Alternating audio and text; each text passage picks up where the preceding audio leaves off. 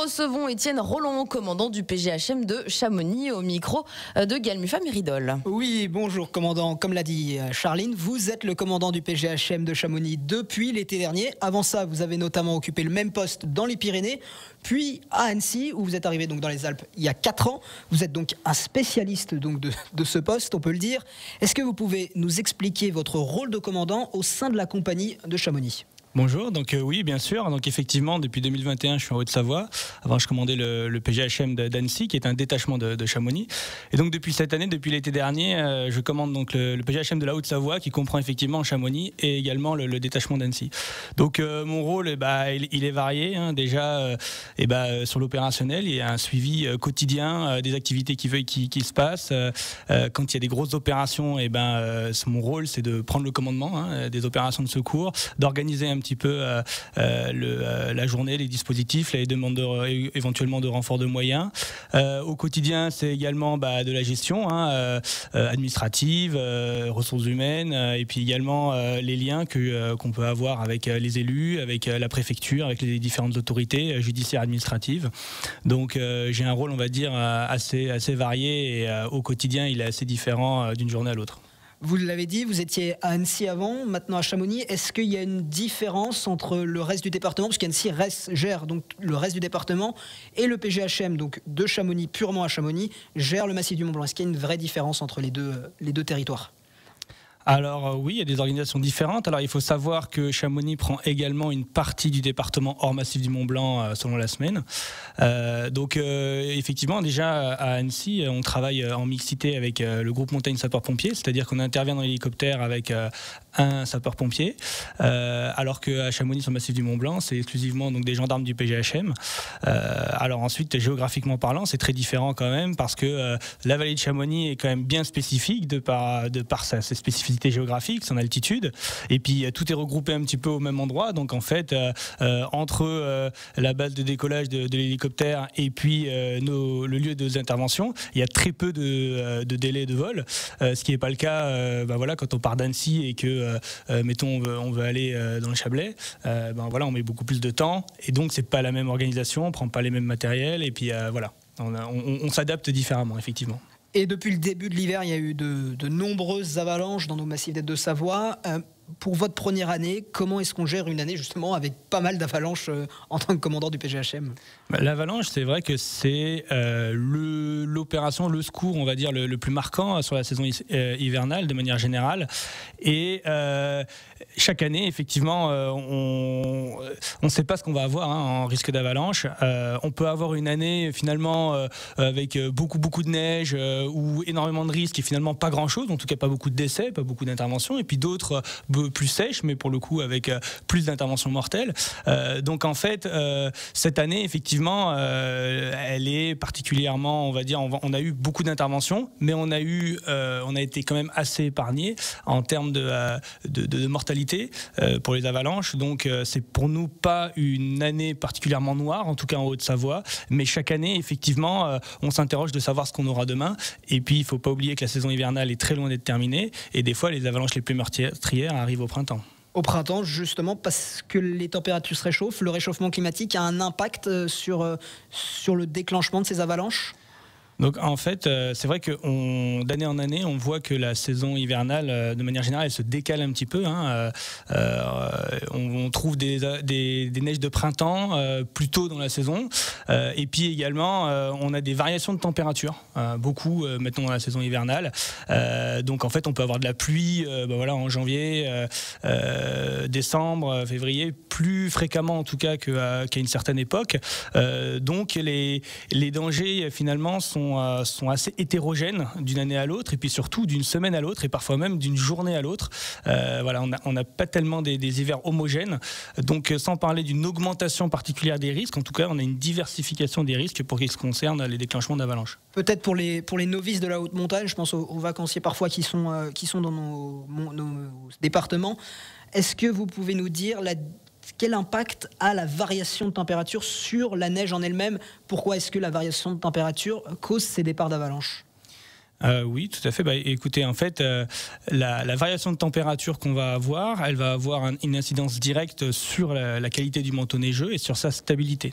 Et en fait, c'est vraiment ça, c'est que du coup, les processus des déclenchements vont être un petit peu différents.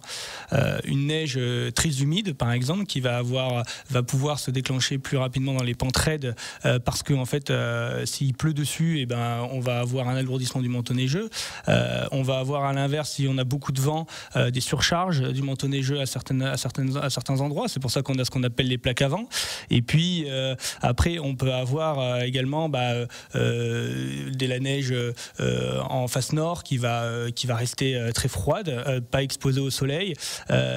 Et donc, s'il fait très chaud en face sud par rapport en face nord, effectivement, on n'a pas du tout les mêmes processus de déclenchement, alors que on passe juste en l'espace de quelques minutes d'un versant à l'autre de la montagne. Donc, c'est vrai qu'il faut beaucoup avoir de réflexion, d'adaptation en fonction de ce qu'on constate et en fonction du jour, et le risque est différent en fonction de la chaleur qu'il va y avoir sur la journée. Ouais. Et nous, on le rappelle régulièrement sur notre antenne, il faut absolument prendre donc une pelle, une sonde, un détecteur de victimes d'avalanche, qui est plus couramment appelé DVA, quand on part en sortie. Est-ce que pour vous, aujourd'hui, ces consignes, elles sont bien entendues, elles sont respectées? Est-ce que l'équipement que prennent les gens est suffisant? Alors je pense qu'aujourd'hui, pour tout ce qui est pratique du ski de randonnée, et que ce soit en moyenne montagne ou en haute montagne, je pense que ces consignes commencent à rentrer vraiment dans les habitudes, dans les us et coutumes. Quand on est appelé pour des avalanches en montagne, rarement on se retrouve confronté à des pratiquants qui n'ont pas de détecteur victime avalanche. Maintenant, par contre, c'est un petit peu moins le cas sur des hors-pistes à proximité des domaines skiables, parce que sur domaine skiable, c'est un domaine sécurisé où les pratiquants n'ont pas besoin d'emporter ce matériel-là, mais on a rapidement envie d'aller un petit peu à côté, d'aller chercher un peu les hors-pistes qui sont gravitairement accessibles, et on n'est pas forcément équipé à ce moment-là, et là il faut faire très attention, parce que dès lors qu'on sort des itinéraires purement balisés et sécurisés par les domaines skiables, on prend les risques, les mêmes risques quand on intervient, quand on évolue en ski de randonnée en haute montagne. Donc il faut faire attention. Ouais. On le rappelle, hors piste, c'est pas simplement les grands champs pleins peureux, ça peut être à 10 mètres de la piste à côté. C'est aussi ça, faire rentrer ça dans la tête des gens, c'est le hors piste, il commence vraiment juste à côté du piquet. Voilà, alors évidemment, il y a une variation de risque. Quand vous êtes à 10 mètres du piquet, vous avez moins de chances d'avoir un souci que si vous vous retrouvez gravitairement à plusieurs centaines de mètres, voire plus.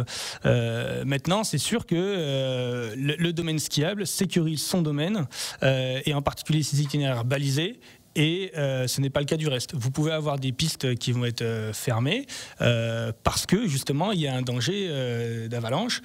Donc ça reste habituellement des pistes, mais là les pisteurs peuvent prendre la décision donc de fermer ces itinéraires-là parce que ça peut provoquer des avalanches, et en particulier sur des itinéraires balisés qui se retrouvent au-dessous. Donc il faut faire très attention à ça. C'est pas parce qu'on est sur un domaine skiable qu'il n'y a pas du tout de risque et qu'on peut faire tout ce qu'on veut. Il faut vraiment respecter les itinéraires balisés et ouverts. On le voit, on a des domaines skiables assez variables, que ce soit du côté de Saint-Gervais avec le domaine d'évasion, que ce soit avec Chamonix, ou même sur le domaine de Morzine, par exemple. On voit des altitudes variables. Est-ce que les avalanches se déclenchent toujours aux mêmes altitudes, ou alors est-ce qu'il y a vraiment une grande variation dans ces déclenchements? Non, il y a une grande variation dans ces déclenchements. En fait, on peut vraiment être surpris par la typologie et par le mécanisme de déclenchement d'une avalanche. Parfois, on se retrouve en basse altitude, dans des zones qui payent pas vraiment de mine. C'est pas forcément des grandes pentes incroyables et impressionnantes. Ça peut être des toutes petites coulées, mais qui sont suffisantes pour emporter une personne et pour l'ensevelir. On revient donc juste après une petite coupure pour parler notamment de l'opérationnel. On a parlé des avalanches, on parlera notamment des moyens à la disposition du PGHM. Notre invité ce matin, Étienne Roland, qui est commandant au PGHM, au micro de Gaël Muffat-Méridol. Oui, pendant la première partie de l'interview, on a évoqué notamment le déclenchement des avalanches. Maintenant, on va aussi s'atteler sur le secours et l'opérationnel. Est-ce qu'il y a un type de personne que vous allez secourir, ou alors ça peut être vraiment tout le monde ? Non, ça peut être vraiment tout le monde. Déjà, il y a le type de personne qui est complètement différent. Il y a le type d'activité aussi qui est différent chaque jour. Il y a certaines journées, on peut faire des extractions, des évacuations de skieurs blessés sur des domaines skiables.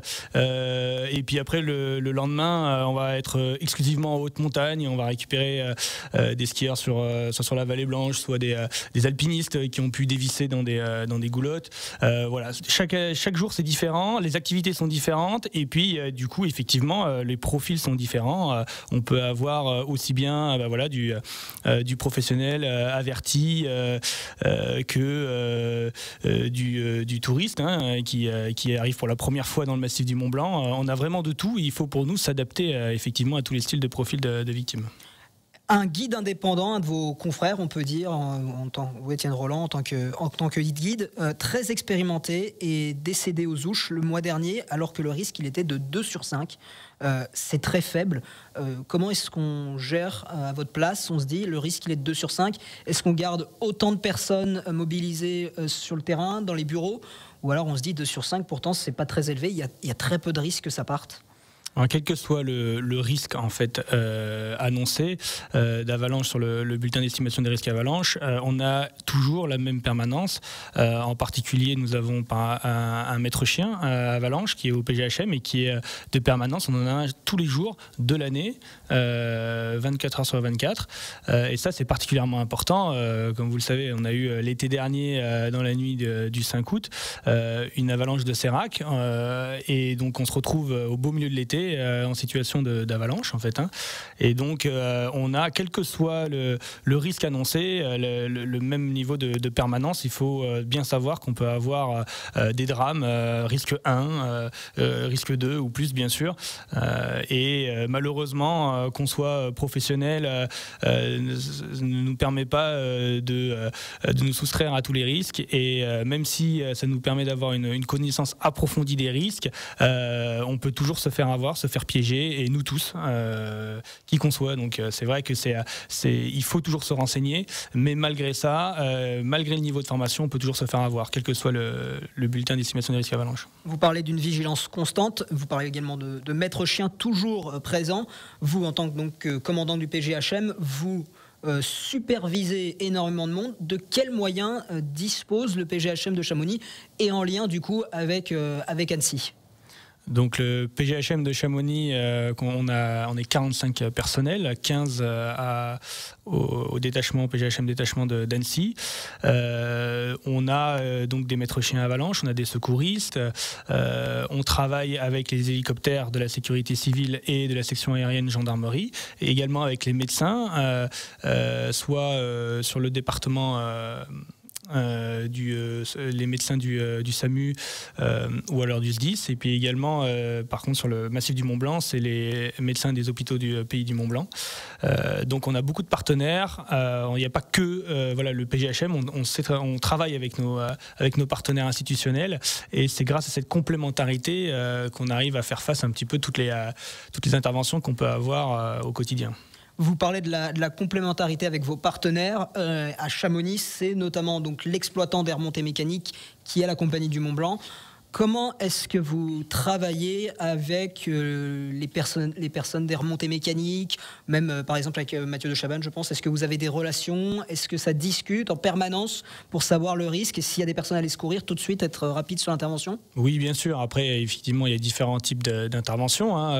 Si c'est des interventions classiques, quotidiennes, d'extraction de personnes blessées sur un domaine skiable, par exemple, là, il n'y a pas besoin, c'est assez automatique. Il y a un dialogue permanent qu'on va avoir avec les pisteurs, tout simplement, qui vont eux faire les premiers bilans, qui vont gérer en fait l'opération de secours. Nous, on arrivait uniquement pour en fait la médicalisation et l'extraction et l'acheminement aux différents hôpitaux.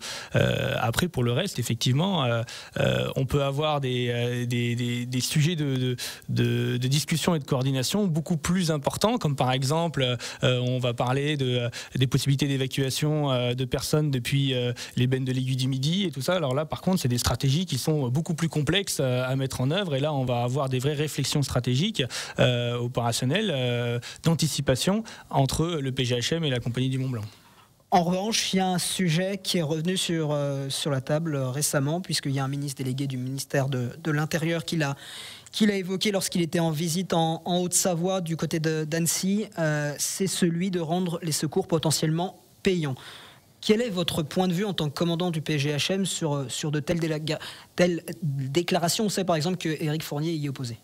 Alors, il faut savoir déjà là-dessus que on a, comme je vous l'ai dit tout à l'heure, pas un seul type de profil.